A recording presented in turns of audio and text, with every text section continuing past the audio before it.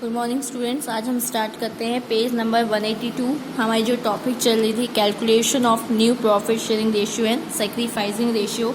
आज हम question number 9 देखेंगे।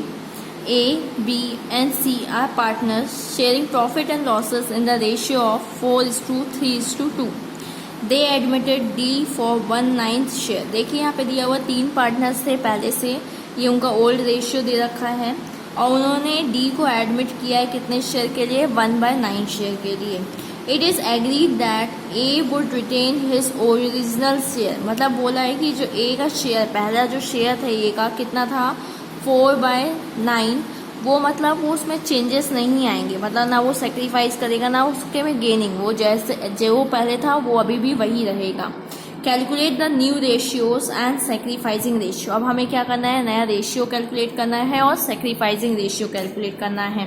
तो चलिए हम स्टार्ट करते हैं। देखिए हम यहाँ पे लिखते हैं 9th क्वेश्चन में, पहले हम ओल्ड शेयर लिख लेते हैं।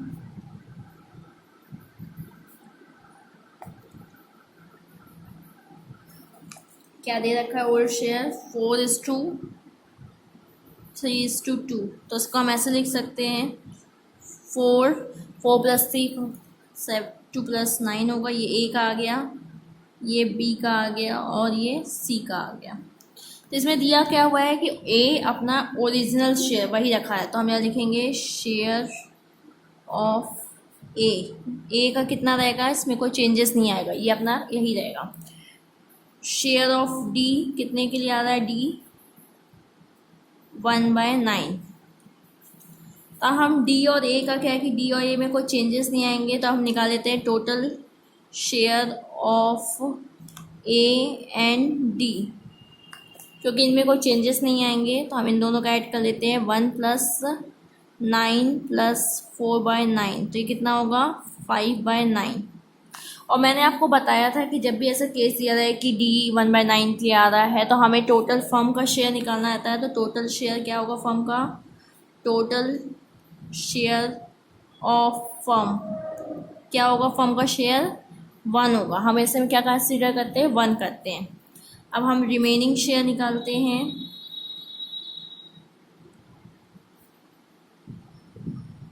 रिमेनिंग शेयर कैसे निकालेंगे, 1 में से हम ए और डी का माइनस कर देंगे, मतलब 5/9 को माइनस करेंगे तो कितना आ रहा है, 4/9। अब ये किस में बढ़ जाएगा, बी और सी में।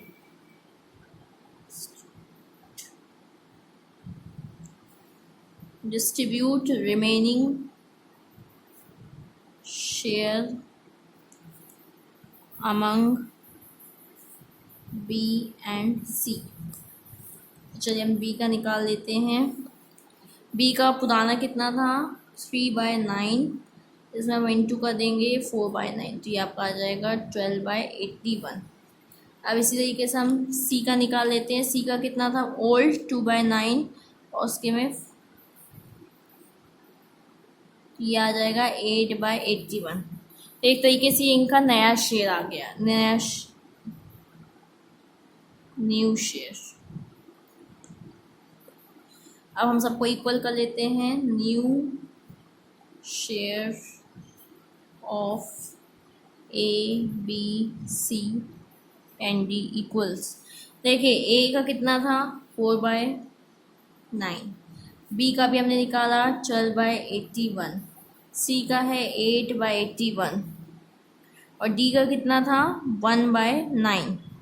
अब देखिए सबके एलसीएम नीचे के डिनोमिनेटर के एक जैसे नहीं है, तो अब हम एलसीएम ले लेते हैं या सबको इक्वल कर देते हैं। तो देखिए यहाँ पे 81 बनाने के लिए क्या करेंगे, हम यहाँ पे 9 का इंटू कर देंगे। सिमिलरली यहाँ पे भी हम 9 का इंटू कर देंगे, तो ये कितना आ जाएगा, 36/81 और ये एज इट इज़ यही रहेगा।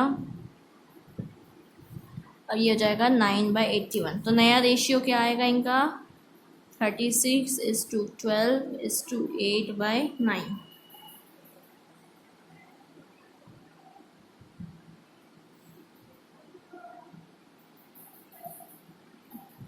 चलिए हम सेक्रीफाइसिंग कैलकुलेट कर लेते हैं।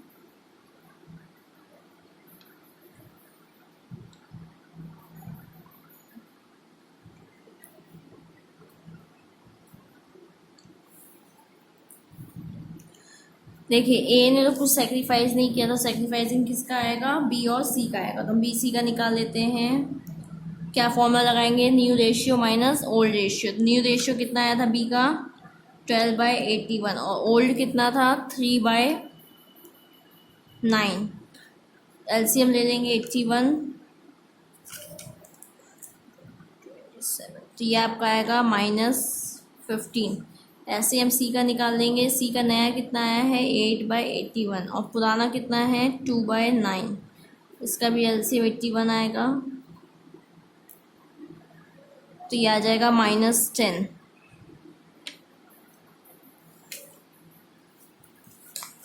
देखिए सेक्रीफाइसिंग रेशियो कितना आ रहा है,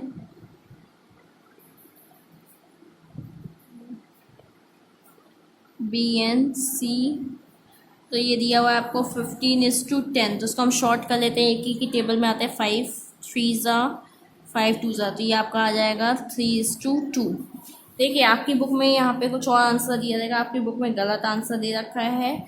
रियल आंसर इसका यही है 36, 12 और 8 और 9, और सेक्रीफाइसिंग आएगा 3:2।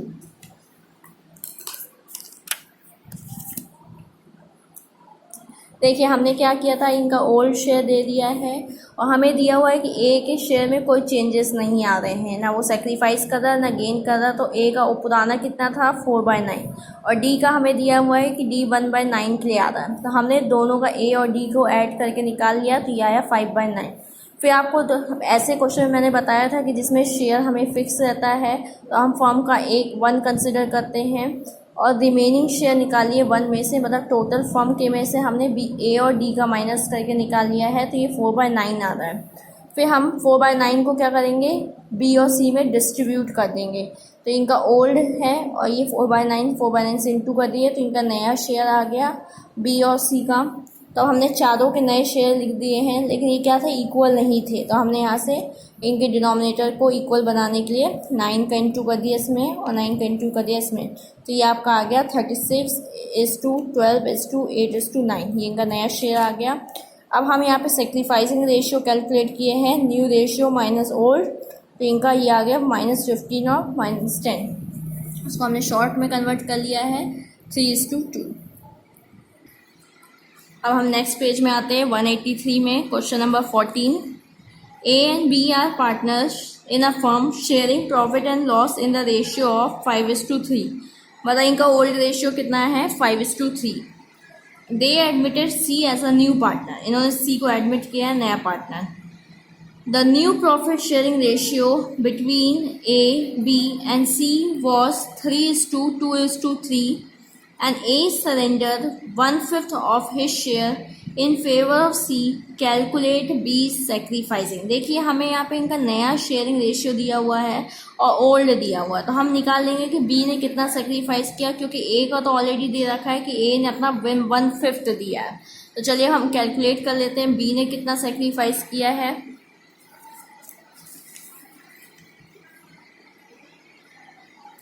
पहले हम ओल्ड शेयर लिख लेते हैं। ए का ऑलरेडी दे रखा है, तो हम ए का नहीं लिखते हैं, हम बी का लिख लेते हैं। ओल्ड शेयर ऑफ बी कितना दे रखा है 3/8, and new share of B, ठीक है, नया शेयर कितना दे रखा है इसका 3:2:3, तो ये 2 वाला किसका है, बी का है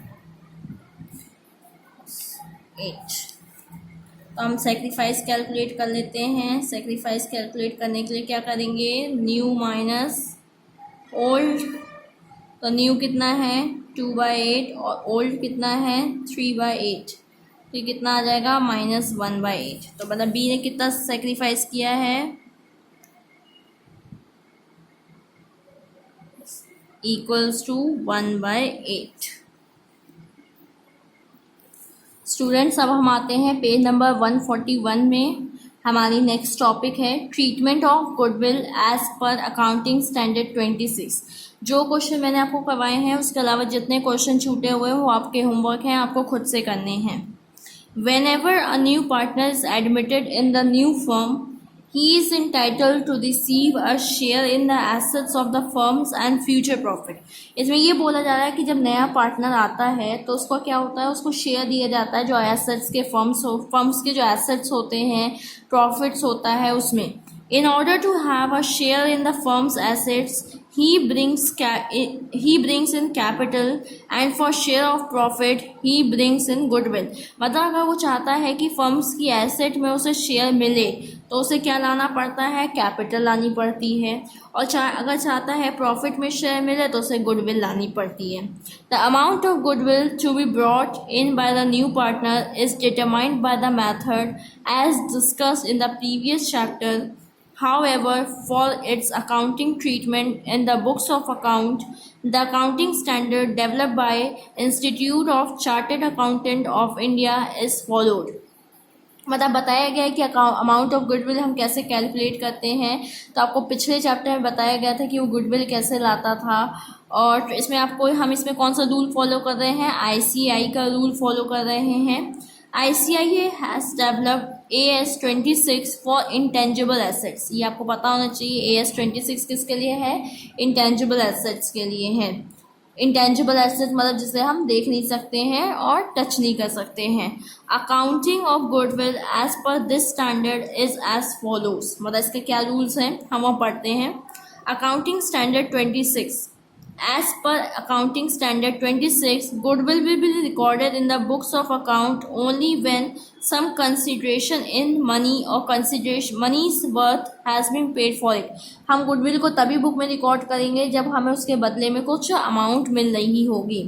The accounting standard specifies that at the time of admission, retirement or death of a partner, or in case of change in profit sharing ratio among existing partner, goodwill account cannot be raised in the books of the firm if no consideration in amount in money or money worth has been paid for it। इसे ये बोला जा रहा है कि जब भी हम प्रॉफिट शेयरिंग रेशियो चेंज करते हैं या कोई पार्टनर का एडमिशन होता है या किसी का रिटायरमेंट या डेथ होती है तो हम गुडविल अकाउंट को बुक्स में नहीं शो करते हैं जब तक हमें उसके बदले में कुछ मिल नहीं रहा होता है। This means that only purchased goodwill can be recorded in the books. Goodwill में सिर्फ और सिर्फ हम कौन सी गुडविल दिखाएंगे, परचेज्ड गुडविल दिखाएंगे।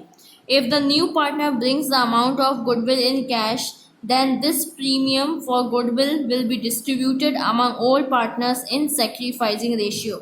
और अगर नया पार्टनर गुडविल के लिए कुछ पैसा लेके आता है तो उसे हम all पार्टनर्स के बीच में sacrificing ratio में डिस्ट्रीब्यूट कर देते हैं। When the new partner does not bring his share of goodwill in cash, goodwill should be adjusted through partners capital account. मतलब बोला कि अगर जो पार्टनर नया आ रहा होता है वो गुडविल के लिए अगर कुछ पैसे नहीं लेके आता है तो हम उसको कहाँ से एडजस्ट करते हैं, उसके कैपिटल अकाउंट से एडजस्ट करते हैं। For this purpose new partners capital account is debited from his share of goodwill and the old partners capital accounts are credited in their sacrificing ratio. तो ऐसे केस में हम क्या करते हैं, नए वाले पार्टनर को डेबिट करते हैं और ओल्ड पार्टनर को क्रेडिट करते हैं। क्यों करते हैं, क्योंकि gaining account debit to sacrificing account, ये वाला रूल फॉलो करते हैं। As per accounting standard 26, goodwill will never be shown in the balance sheet of the new firm. इसके अकॉर्डिंग AS 26 के गुडविल को हम कभी भी बैलेंस शीट में नए फर्म के नहीं शो करेंगे। Keeping in mind the above provision of accounting standard, the record for goodwill in various situation will be made as under। मतलब गुडविल अगर वो कैसे लेके आता है तो अब उसको बताया जाता है कि उससे हम कैसे रिकॉर्ड करना है। Various situation of गुडविल्स at the time of admission of partner. जब एडमिशन होता है तो गुडविल की क्या क्या सिचुएशन होती है।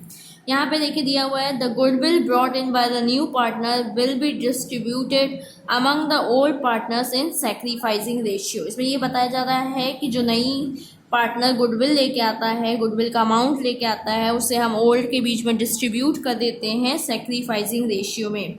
और सैक्रिफाइसिंग रेशियो हम कैसे निकालते हैं, new ratio minus old ratio.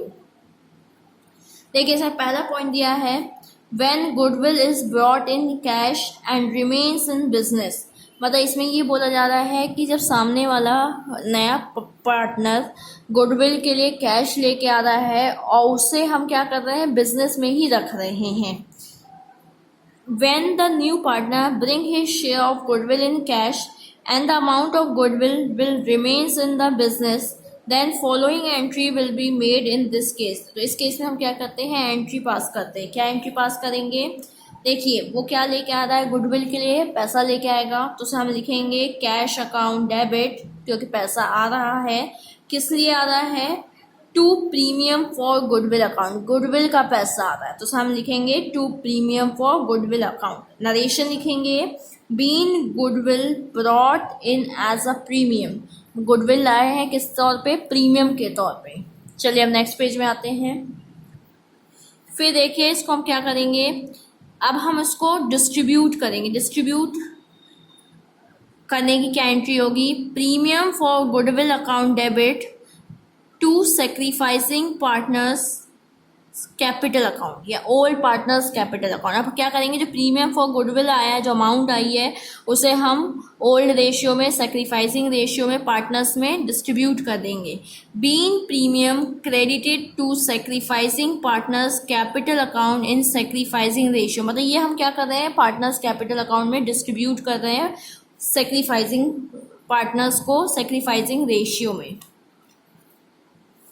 ये देखिए आपको कंडीशंस दे रखी हैं, गुडविल आता है तो क्या क्या होता है, तो हम अभी एक पढ़ रहे हैं। अब हम सेकंड नंबर देखते हैं।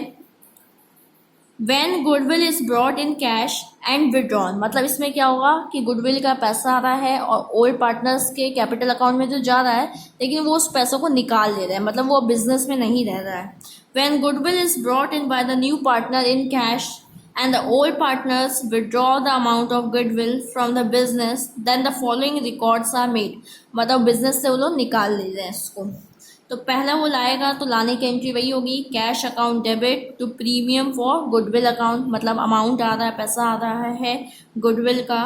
अब गुडविल को हम ओल्ड सेक्रीफाइसिंग पार्टनर्स में बांट रहे हैं, तो लिखेंगे premium for goodwill account debit to sacrificing partners account capital account. ये दोनों एंट्री अभी आपने उसमें भी पढ़ी थी, उसमें लेकिन क्या था कि वो जो पैसा लेके आ रहा है उसको हम बिजनेस में रख रहे हैं। अब ये क्या हो रहा है कि ये पार्टनर्स विड्रॉ, मतलब पार्टनर्स ओल्ड पार्टनर्स निकाल ले रहे हैं।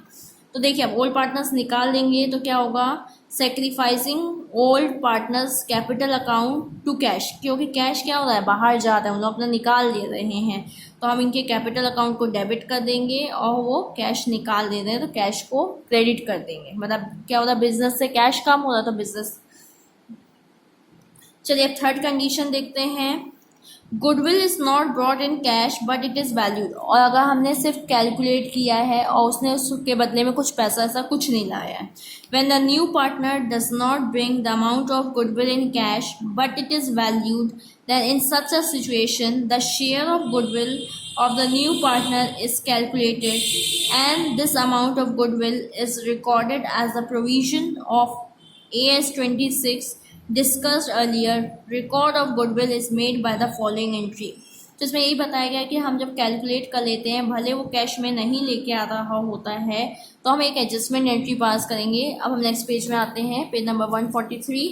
क्या एंट्री पास करेंगे, new partners capital account debit, मतलब उसमें बताया गया था ना कि हम उसकी कैपिटल में से एडजस्ट करते हैं, तो न्यू पार्टनर जो आ रहा है उसको क्या करेंगे, डेबिट करेंगे टू सेक्रीफाइसिंग, जिस पार्टनर्स को नुकसान हो रहा है उसे हम क्या करेंगे, क्रेडिट करेंगे। Being new partner share of goodwill debited to his capital और current account and credited to the sacrificing capital account in the sacrificing ratio. चलिए अब हम आगे देखते हैं। When new partner bring his share of goodwill partly in cash and remaining part be not contributed in cash, मतलब इसमें ये बोला जा रहा है कि गुडविल का कुछ पैसा वो कैश में ला रहे हैं और कुछ पैसा वो कैश में नहीं ला रहे हैं, मतलब आधा वो कैश में ला रहे हैं और आधा नहीं ला रहे हैं।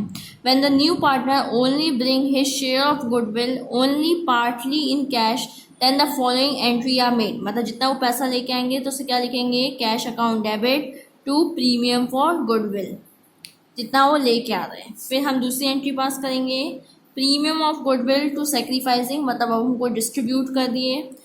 फिर जो पैसा बच रहा है तो हमने उसको कहाँ से एडजस्ट करेंगे, उनके कैपिटल अकाउंट से। तो लिखेंगे new partners capital account debit to sacrificing